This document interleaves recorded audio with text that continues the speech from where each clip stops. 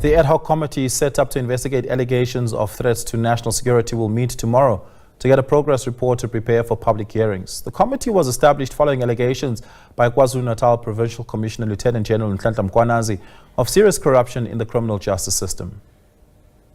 In its previous meetings, the committee indicated that invitations were extended to Mkhwanazi, National Police Commissioner Fani Masemola, suspended Minister Senzo Mchunu, Deputy National Police Commissioner Shadrack Sibia, and the current Police Minister Professor Feroz Kachalia and his two deputy ministers.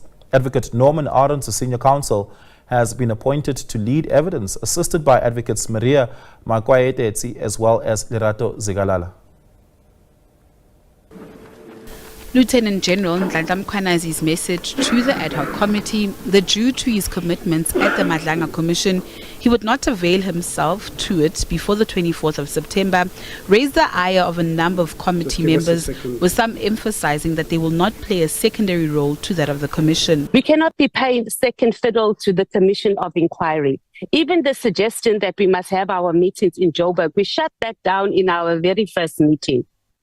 If anything, let that commission have to come here to Cape Town. Already we are putting ourselves like we are not serious as an ad hoc committee, and the Commission of Inquiry is taking precedent over this. Even us accepting affidavits, etc., from the Commission of Inquiry is already a problem, because we are already saying that as members of Parliament and this ad hoc committee that's supposed to be given oversight to government and to the executive, we are not serious. So whenever there's time, or you can come and appear before us. I think we need to stamp authority.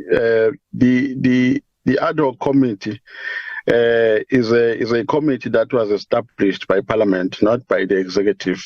Therefore, our operations can never be dictated to by the program of the Commission of Inquiry. While the simultaneous running of the Madlanga Commission and the ad hoc committee appears to have created an element of competition between the two, with the availability of Mkhwanazi being the focus currently, in truth, the mandate of the two institutions differ. The former is tasked with providing recommendations to the President, with the latter seeking to fulfill its oversight role of holding members of the executive accountable. Commenting on the arrangement, the leader of Rise and Zanzi and chairperson of the Standing Committee on Public Accounts says it is perfectly acceptable. Together, there is separation of powers in South Africa. Parliament must do its work, and the Judicial Commission of Inquiry must do its work. There are people who believe that a Commission of Inquiry is not needed.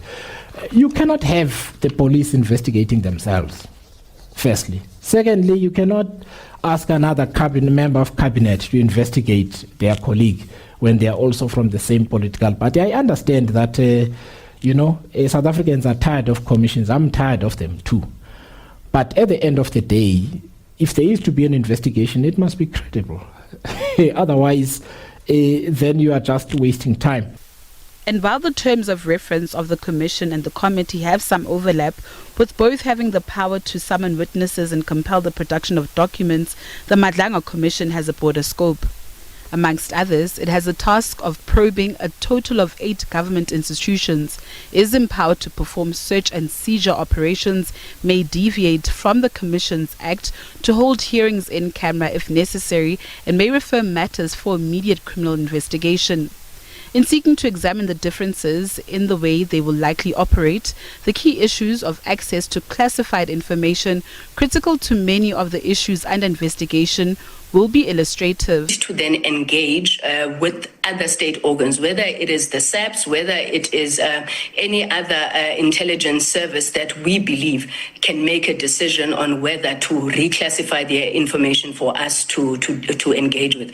But at this point, we just simply do not have the authority to do so, and we would not want to then undermine or subvert the law by seeking to handle classified information in this committee. According to MP Diane Collar-Barnard, the ad hoc committee may have to rely on a report prepared by the Joint Standing Committee on Intelligence, whose members are the only ones with top security clearance. Already the JSCI has gone through their process of interviewing various of the participants in this matter and have put together a report which has gone to the Speaker.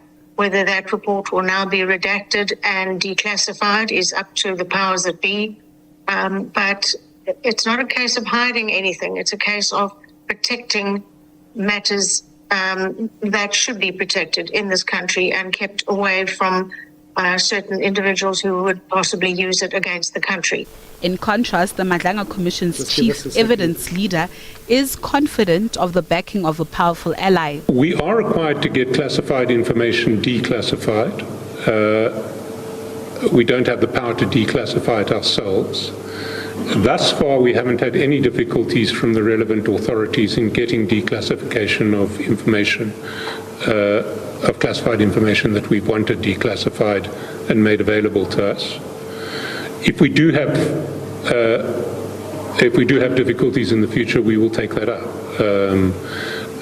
We're appointed to advise the President. The President is the head of the executive. If we can't advise the President because we aren't given access to information that's necessary for the purpose, we will take it up with the President. With ongoing commentary as to how the work of the two institutions will play out, political analyst William Gumede says rather than setting itself up against the Commission, the ad hoc committee can perform two important functions. The Zondo Commission was very scathing of Parliament on Parliament's role in relation to commissions. The Parliament often do not follow up. So maybe I would say two things that Parliament needs to do. One, wait until this inquiry is done, then do a follow-up. But if they want to do an inquiry now, they rather should do an in-house inquiry looking at how do they strengthen their own role in dealing with commission of inquiries, with the outcomes of commission of inquiries. However, political analyst Sandile Swana has a different view and convinced that the status quo is in fact necessary.